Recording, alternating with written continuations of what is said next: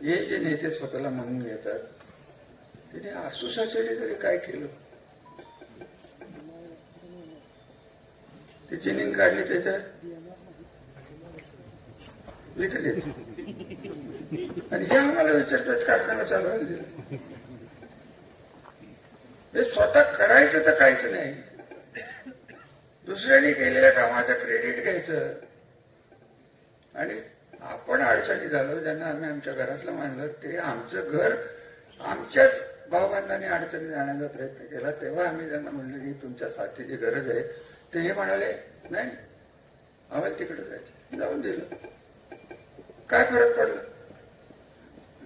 हे यांच्या मनात आमच्या घराबद्दल किती तिरस्कार घेऊन हा माणूस गेली 30 वर्ष आमच्या बरोबर राहिलेला आहे ना आम्ही मूर्ख, हे आता दिसतंय डोळ्याला, आम्हाला दिसत. सगळं विसरलं जातं, गृहीत धरलं जातं. आणि राजकारणाचा विषय जेव्हा येतो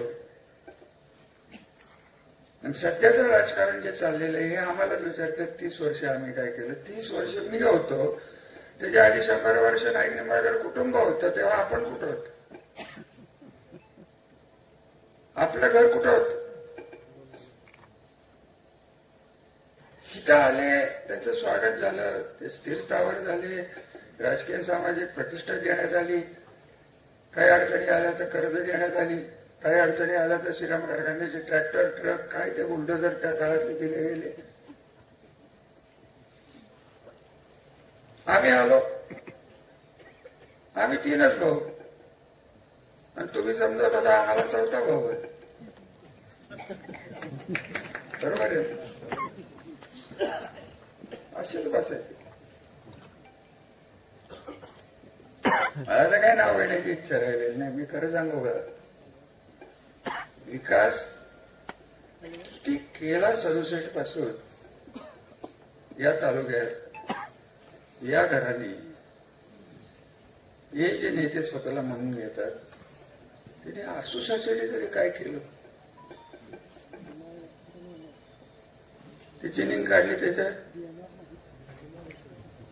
विकली आणि हे आम्हाला विचारतात कारखाना चालवायला दिला. हे स्वतः करायचं तर काहीच नाही, दुसऱ्यांनी केलेल्या कामाचं क्रेडिट घ्यायचं आणि आपण अडचणी झालो ज्यांना आम्ही आमच्या घरातलं मानलं ते आमचं घर आमच्याच भावबंधाने अडचणी जाण्याचा प्रयत्न केला. तेव्हा आम्ही त्यांना म्हणलं की तुमच्या साथीची गरज आहे. ते हे म्हणाले नाही आम्हाला तिकडे जायचं, जाऊन दिलं. काय फरक पडला? हे यांच्या मनात आमच्या घराबद्दल किती तिरस्कार घेऊन हा माणूस गेली 30 वर्ष आमच्या बरोबर राहिलेला आहे ना आम्ही मूर्ख, हे आता दिसतंय डोळ्याला, आम्हाला दिसत. माझे खासदार परवडला निदान तुझ्या निरवण्याची आपल्या बाणगंगाची गोट्या तरी खेळत बसला होता आणि बेडकं तरी पकडत त्याच्याकडे राहायला तरी होते. त्या अशा माणसाने आम्हाला फलटण तालुक्याच्या भविष्यावर बोलावं.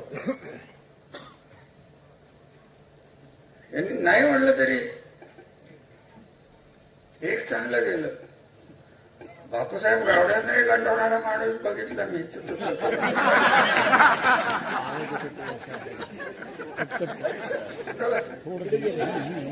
दादा बरोबर बोलला, दादा बरोबर बरोबर. केवढी मोठी कला होती.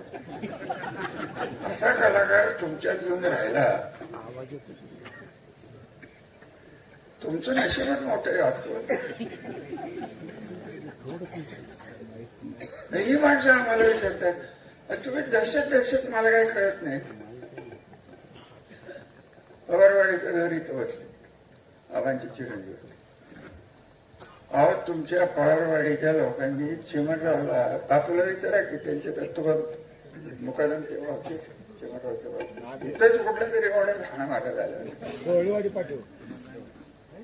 काय बरोबर मला आठवलं तू काय मिरची बनवायला भेटायला गेलो बरोबर आहे काय दहशत मी म्हणत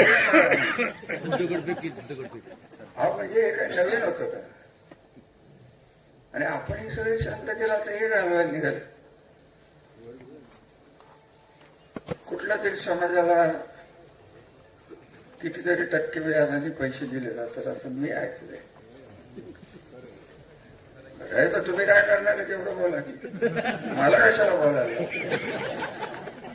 मी सगळ्या जगाचा वाईटपणा घ्यायचा माणसा वाईटपणा मी घ्यायचा सगळ्यांनी वाईटपणा घ्यायचा आणि तुम्ही काय करायचं